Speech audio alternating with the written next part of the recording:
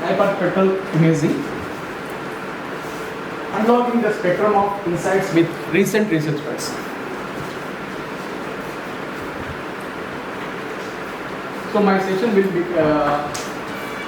like this. So I will give what is the significance of hyperspectral image processing, and what are the components in the hyperspectral imaging system, and what are its applications, and we have discussion on what are the research papers that are there in this hyperspectral image, what are the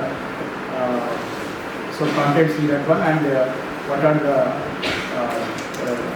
limitations in that project, how to overcome those limitations in that policies we discuss.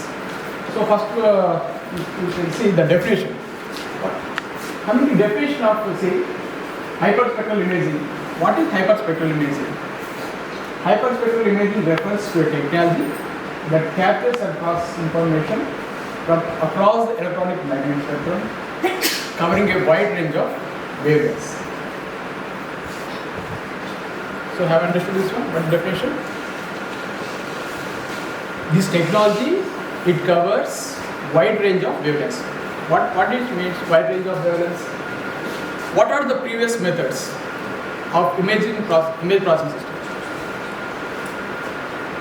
So previously we have RGB model. I think you know. Red, green, blue. Okay. So there we have only specific wavelengths. So coming to image, what is an image?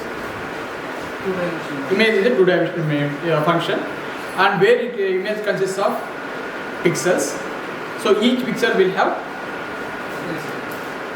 specific intensity. Okay.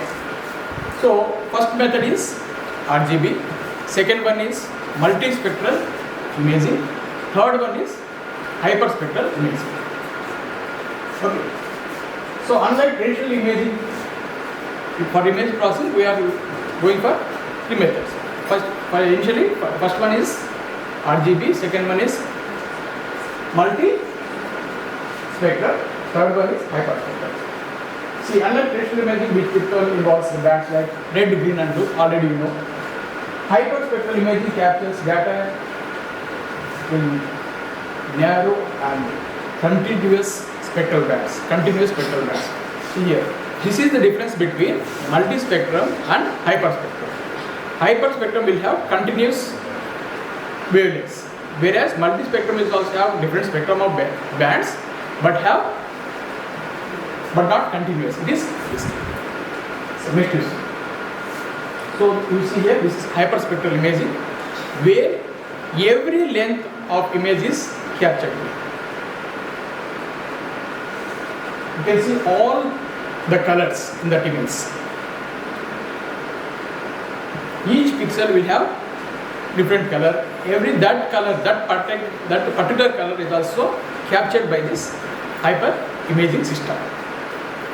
Whereas in the previous methods, some wavelengths may be missing, but whereas in hyperspectral, every wavelength will be captured.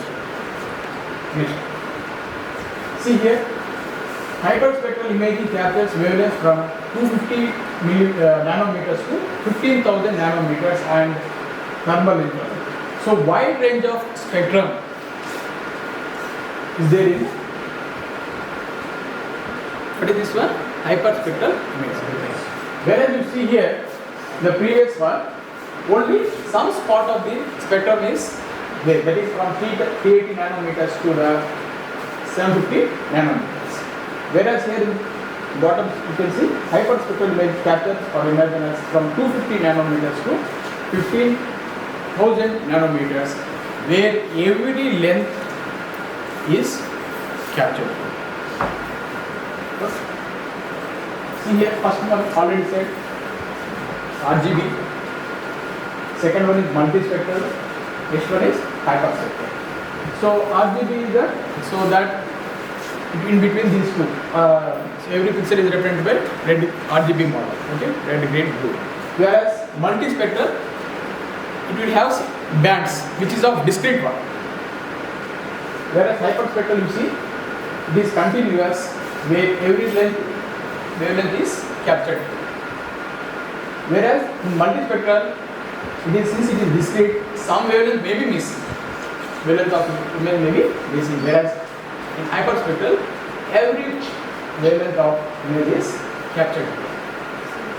Is there a difference between the image acquisition and camera device for achieving multispectral? So different sensors will be there in the hyperspectral image and multispectral. Sensors capturing system is also different. How it is captured, how it is processed, so that will be discussed in the hyperspectral image processing system. So you see here hyperspectral, it is continuous, every instant will be captured.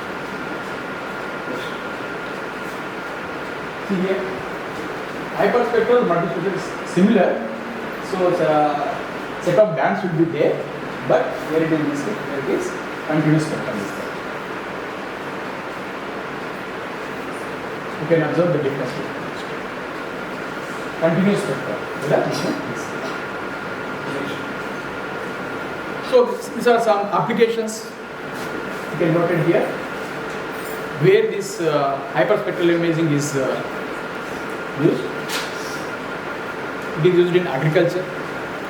So in agriculture, where it is used, so to know the healthy condition of the leaf, okay, so that color will change.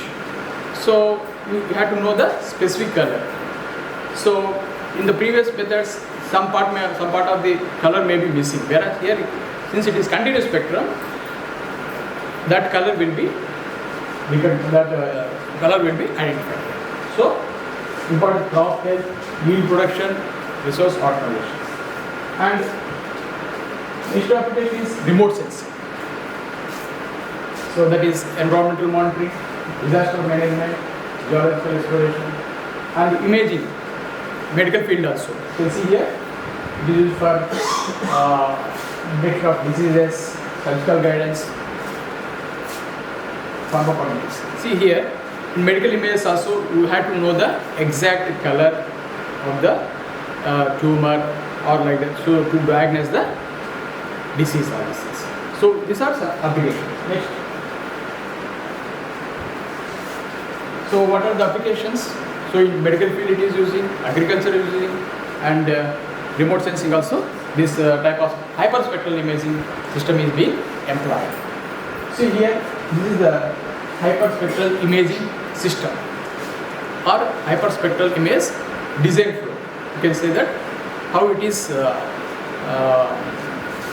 processed for image processing system, how it is hyperspectral images are used. So first we know that for everything, for image processing system, what is the first one? We have to get the image. That is, what is getting the image is nothing but already you know. Since already you know the image processing system, first one is image acquisition. Next, pre-processing, region of interest, diversity detection, classification and segmentation, disease detection, chromatic analysis, visual interpretation, validation, and reporting. Finally, the report. So this is image acquisition system. So already you know that how image is acquired through lens. You can see here. Through lens and sensors, image sensor. You can see that.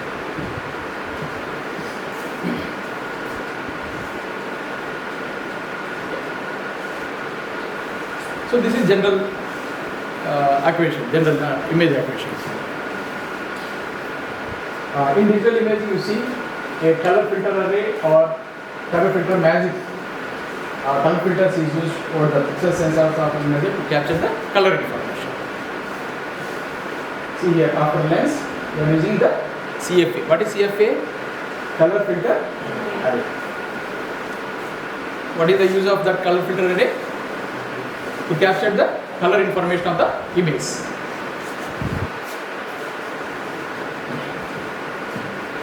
So hyperspectral imaging device for Biomedical applications involves configuring sensors. So different type of for different type of applications we are using the different sensors. Okay. So each sensor will have different specifications, different characteristics. Okay. So like see temperature sensor is there. Okay. For industries we are using the same temperature sensor with to withstand with high temperatures. So like that. So for normal diagnosis of the patient also we are using temperature sensor, which is of specification. If you see temperature sensor, it is of low temperature ranges only. So like that. So here also for biomedical applications we are using that corresponding sensors where you need to require analysis of certain images. Hyperspectral imaging used for biomedical applications are configuring sensors to be sensitive to relative wavelengths and tiny spectral spatial resolutions to address the images of biomedical applications. So already know that in biomedical applications you see, suppose you want to detect the tumor present in the brain or something. So we have to diagnose it very carefully. We have to take the image in such a way that it has to detect the tumor, whether it is present or not, and also we have to know that where it is present, all this to be carried. Okay. So this is essential for extracting meaningful information from hyperspectral data in the context of biomedical imaging. So what is first step? Image acquisition. So we are capturing the image through lens, followed by color filter array, followed by image sensor, all these things. After getting the image, what to be done? I have image. What to be done? We have to analyze the data present in the image. Okay. So that is the raw image that you are getting from the image sensor. Raw image means, so it may be not of pure form. It may be corrupted by noise also. So what is the next step to be done? We have to remove that noise. See, noise removal. After getting image, that is raw image, we have to remove the noise present in the image. See here, various sources contribute to noise in hyperspectral images, including sensor noise, atmospheric interference, and electronic noise. What is electronic noise? Because of the electronic components present in that one, so some noise signal also present. Okay.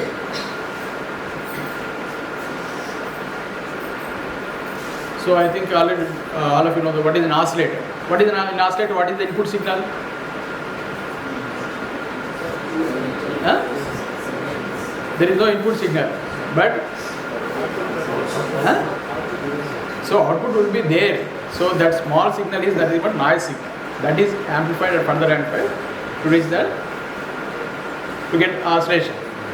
Okay, what is an oscillator? It is a electronic circuit which produces output in the absence of input. So without input, out you are getting means that small signal is that noise signal. So various sources contribute to noise is including sensors noise because of placing sensors, atmospheric interference. So maybe thunder effects like that. We're getting some noise, some interferences, and electronic noise.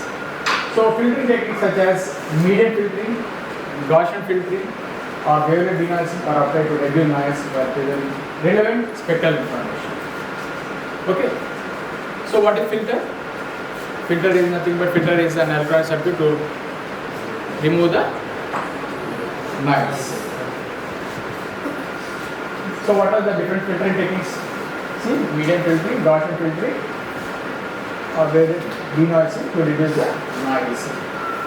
So we want to reduce only the noise, remaining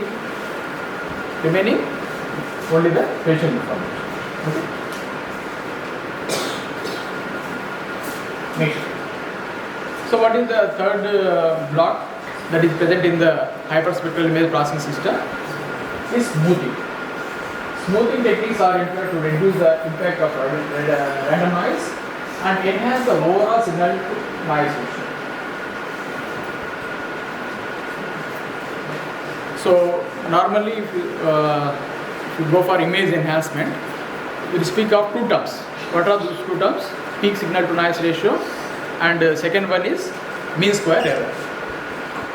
So when you go for image enhancement, when you are comparing with the present method with the previous methods, these two parameters are compared. Okay, the enhanced image will have high peak signal to noise ratio and low mean square error for enhanced image. Okay, not for, by visual observation you can't say this image is better, that image is better. Only by parameters, by calculating the parameters only, we can know that which is the enhanced image, which is the normal image. The enhanced image or high quality image will have high peak signal to noise ratio (PSNR) and low MSE, that is mean square error. So next one is region of interest. Okay, suppose we want to find the we want to know whether tumor is present or not. So in the brain, tumor is present, where it is present, we have to, so we are getting entire image of the brain. In that part, what is our interest? Our interest is to confine to that part of the brain where the tumor is present. For that one we have to go for further analysis. So what type of tumor is there, how to eliminate it, or that is the other scenario. Okay, so that is region of interest selection. We are getting entire image, in the entire image we have to get the specific selection of that image, that is region of interest. Identify relevant areas, that is different specific regions within the image that corresponds to biological structures of artificial features. Spatial correlation, that is hyperspectral data with high resolution analysis. Okay, so up to this point, so you have any queries or any doubts, let us clear that one and go for further presentation. So what you had understood up to this point is that what is hyperspectral imaging, what is the importance of this one, why you are going for hyperspectral imaging instead of using other two methods, and what are its applications, and what is the block diagram of hyperspectral image processing system. Okay, in that one we have discussed image acquisition. Second one is,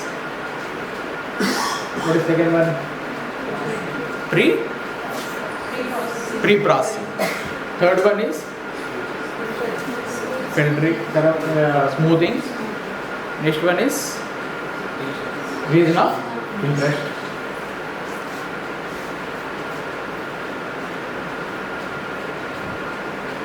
So if you have any doubts, we can have a discussion on this one, or we can go to the next slides. Follow అవుతున్నారా?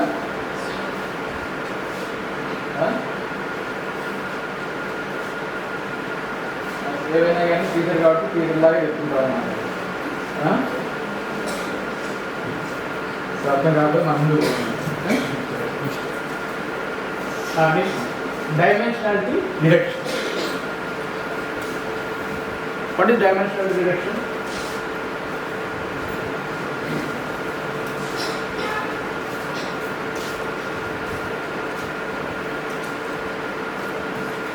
So reducing the dimensions of an image without losing the content in that image is known as dimensionality reduction.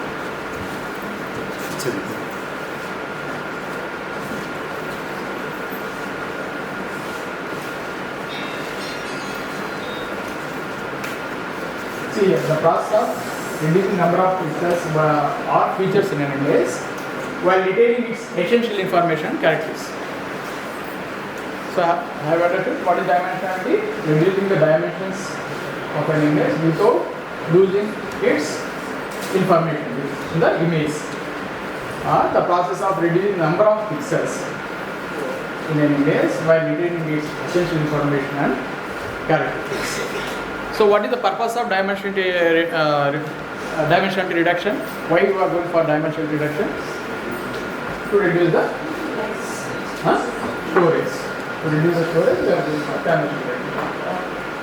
There is no other way. So the primary objective of dimensional reduction is including decreasing computational complexity,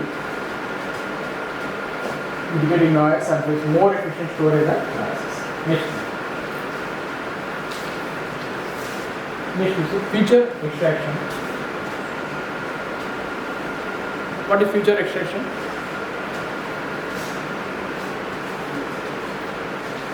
Utilize the techniques like principal component analysis (PCA) or independent component analysis to reduce data dimensionality while preserving relevant spectral features. So dimensionality means to reduce the dimensionality or to reduce the number of pixels in the image while retaining its content in the image. So how we are using? What is the techniques we are using? PCA or ICA, principal component analysis or independent component analysis. These two are used to reduce data dimensionality while preserving relevant features. Next you see special spectral feature. That is combining spatial and spectral features for improved discrimination of biological. So already said what are the two methods, PCA or ICA are used to reduce the dimensionality of the image without disturbing the information in the image. Principal component analysis is one method for simple loss of information. See here.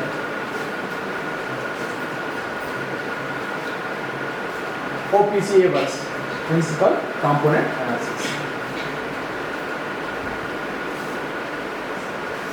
So first one you see mixing of colors. What is the mixing of colors?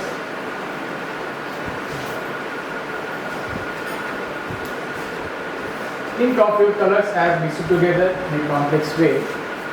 PCA figures out how much each color is mixed with colors. Sorting colors. Next one is picking top colors. Mixing colors and what is mixing color?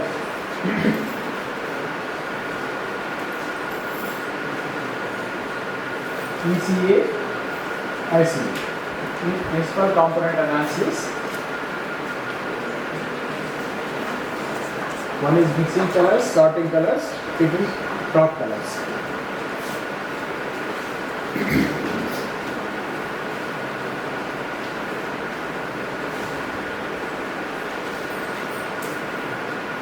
So this method is used to reduce the dimensions. So we know that every color image consists of different colors. So here where is it? How much colors are mixed together, and we are sorting out it. And what are the colors that are mixed in the image?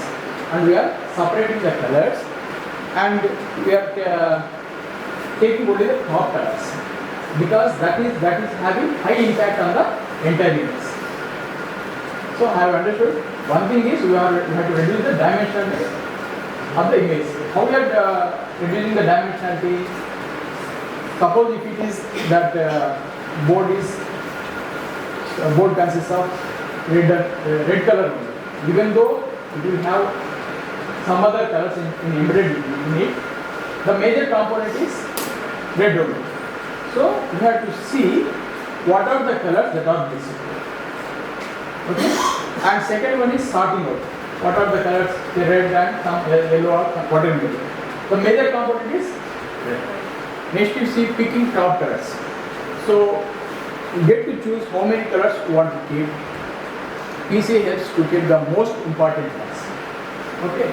So even though that yellow part is of minute component, you can reduce it, you can remove it, so that the actual color what we are seeing with your eyes is only red. So we are highlighting only that component and removing the other component, other color component, so that we are reducing the dimensionality of the image. Okay. First we have to know what are the colors that are mixed and sorting the colors having highest contribution, and next one is taking that only that colors.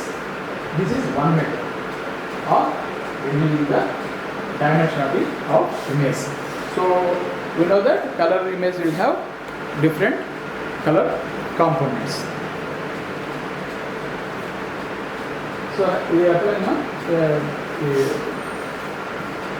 the concept of mixing colors, sorting colors, picking colors. Okay, if you understood this one, then we will go for it. So dimensionality reducing means you have to remove the pixel component. Okay, what are the pixels that are removed? Only that of that colors which are of missing color. That color components are removed. Major components will be retained there only. So that we will observe only that part, that image only, that color image only. Okay. Next.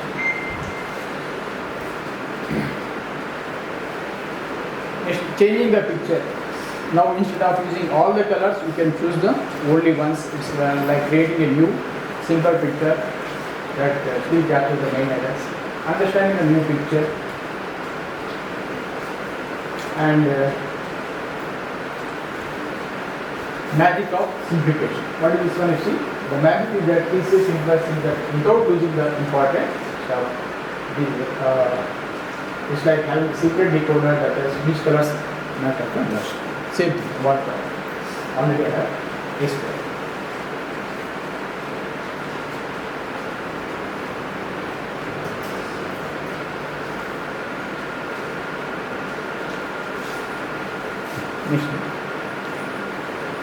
Next you see classification and segmentation.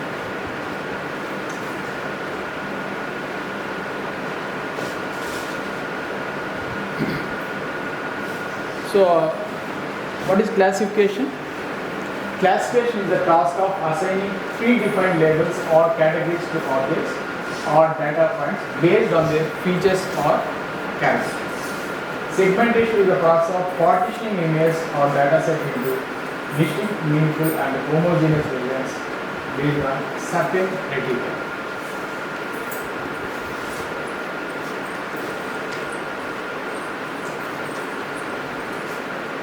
Classification, segmentation. So already I think let's say about image classification. Image classification is see, image is divided into different categories. Okay.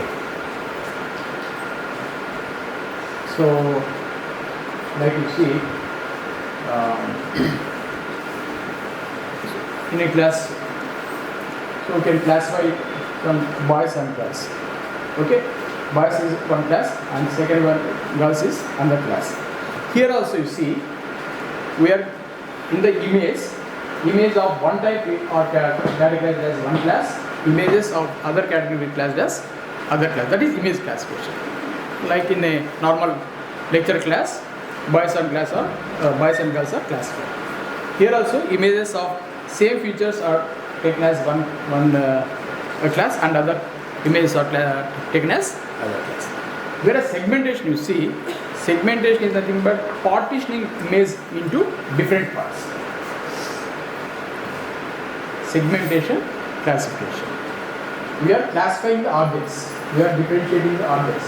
Segmentation is simply we are dividing the image into objects.